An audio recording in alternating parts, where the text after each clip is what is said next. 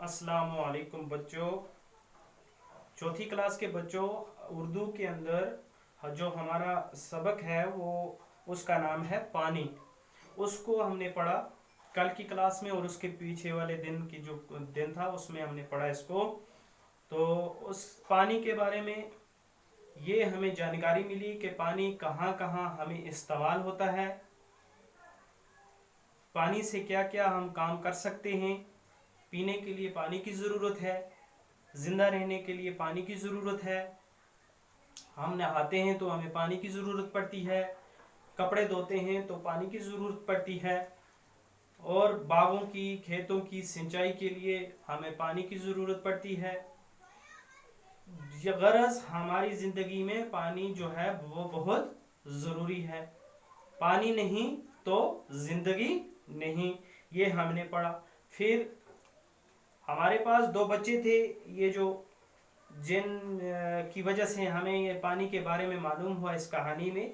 एक का नाम था खुशबू और दूसरे का उसका भाई जो था वो कौन था, राजा। तो वो स्कूल से आ रहे थे, बारिश लग गई। जब वो घर आए तो उनकी वर्दी और किताबें जो थे वो भीग गई थी। फिर वो आए, उन्होंने बारिश को बुरा भला कहा।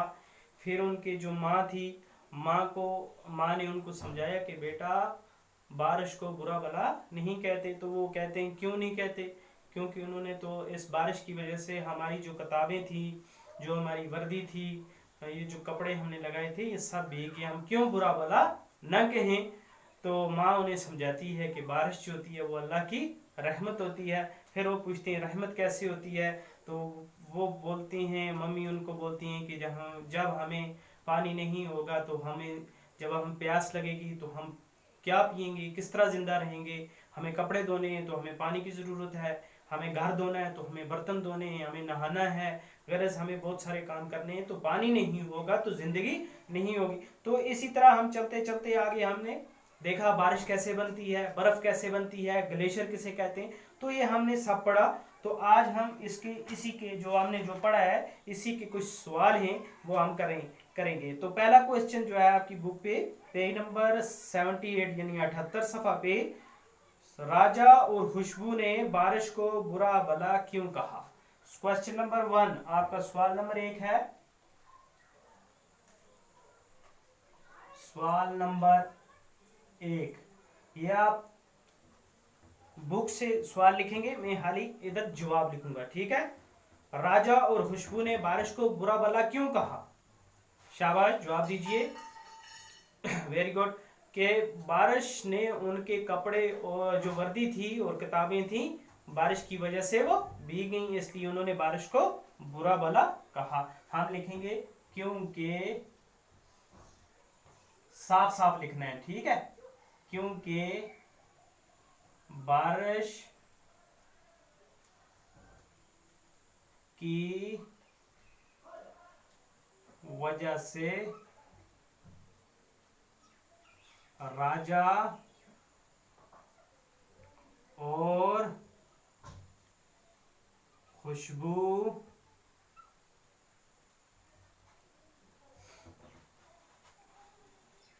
की वर्दी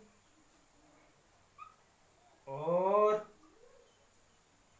किताबें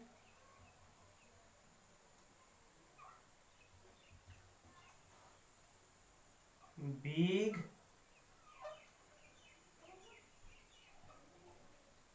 गई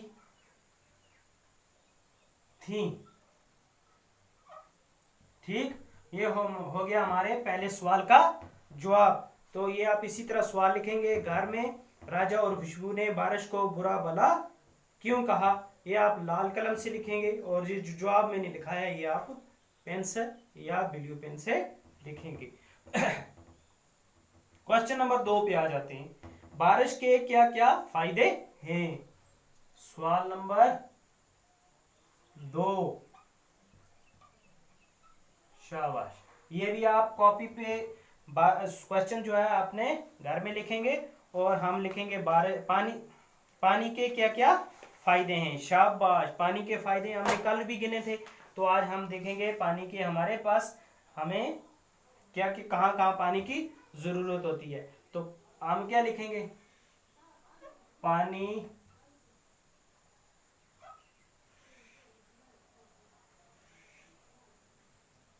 पीने कामा नहाने कामा कपड़े धोने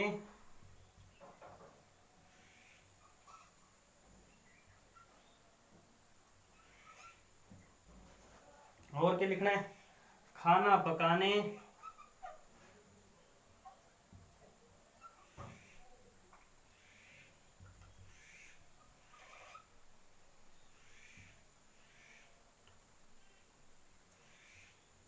कामा खेतों की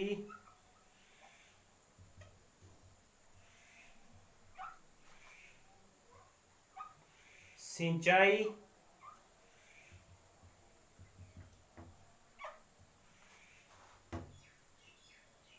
आगे वगैरह वगैरह लिखो, वगैरह वगैरह में बहुत सारे काम भी आ जाते हैं, वगैरह वगैरह के काम आता है। ठीक है, यानी पानी से क्या क्या काम आता है, ये पानी पीने के काम आता है, नहाने के काम आता है, कपड़े धोने, खाना पकाने, खेतों की सिंचाई, और भी एक चीज लिखनी थी, पेड़ पौधों के है ना, उनको भी वो सिंचाई में आ जाता है। तो मतलब हर चीज के लिए पानी की जरूरत जिंदा रहने के लिए पड़ती है। तो हो गया क्वेश्चन नंबर 2 भी हमारा, ये आप लिखेंगे भी और आप इनको याद भी करेंगे। नंबर 3 पे बारिश कैसे बनती है, क्वेश्चन नंबर 3 ये आप लिखेंगे। हरी जो क्वेश्चन है, सवाल जो है वो आप ऊपर अपनी बुक से लिख लेंगे।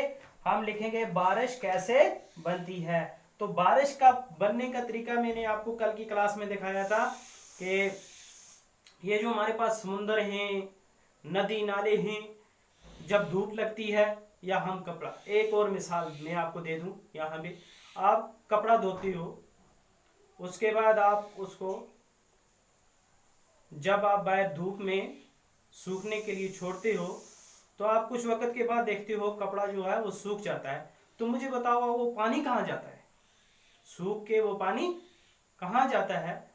तो वो पानी जो है, इस फिजा में हवा मौजूद है। ठीक, हवा जो है वो पानी जो सूखा हुआ, जो जिसको हम सुखाते हैं, वो उस पानी को हवा जो है वो अपने साथ ले जाती है। कहाँ ले जाती है, ऊपर आसमान की तरफ। तो वहां पे ये किसकी सूरत में जाता है, बहारात की सूरत में। बहारात आप जानते हो, जैसे आप गर्म करो पानी, उसके ऊपर से वो जो बहारात उड़ते हैं है ना, वो ऐसा धुआं धुआं जैसा लगता है, तो वो बहारात होते हैं। तो इस उसकी सूरत में वो कहाँ जाता है, ऊपर आसमान में। फिर वहां जाके वो बादल की शक्ल अख्तियार करता है, क्लाउड जिसे हम बोलते हैं। फिर वो जब ज्यादा घने हो जाते हैं तो फिर क्या बरसती है, बारिश। तो फिर ये एक सर्कल बन जाता है, एक साइकिल है कि पानी ऊपर से बरसता है, फिर नीचे नदी नालों में जब पानी भर जाता है, फिर धूप लगती है, फिर वही पानी बखरात बन के हवा के जरिए कहाँ जाता है, ऊपर आसमान में। वहां पे बादल बनते हैं, फिर बादल ठंडे होते हैं, फिर क्या बनते हैं, बारिश बन के हमारे ऊपर फिर से बरसती है। तो हम लिखेंगे बारिश कैसे बनती है, हम लिखेंगे सूरज की गर्मी से, सूरज की गर्मी से पानी बहारात में तब्दील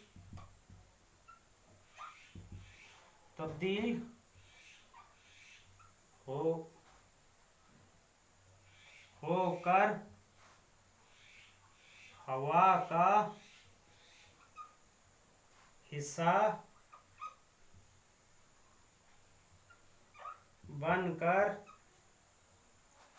आसमान की तरफ शाबाश उड़ता है।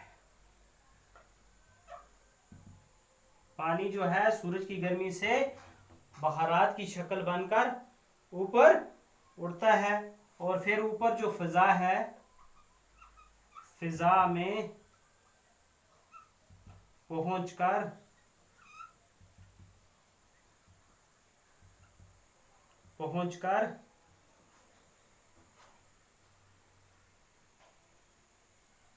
ये बादल की शक्ल अख्तियार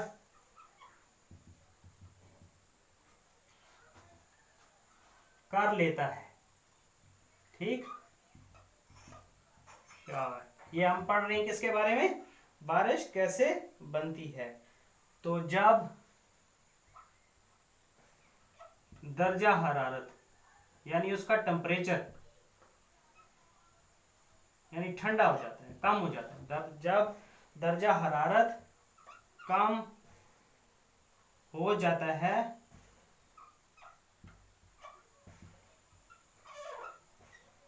तो ये बहारात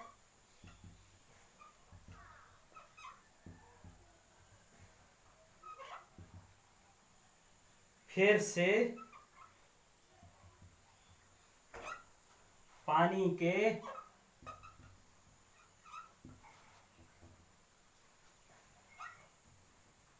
कतरे बनकर जमीन पर गिरता है, कतरे बनकर जमीन पर गिरते हैं। यही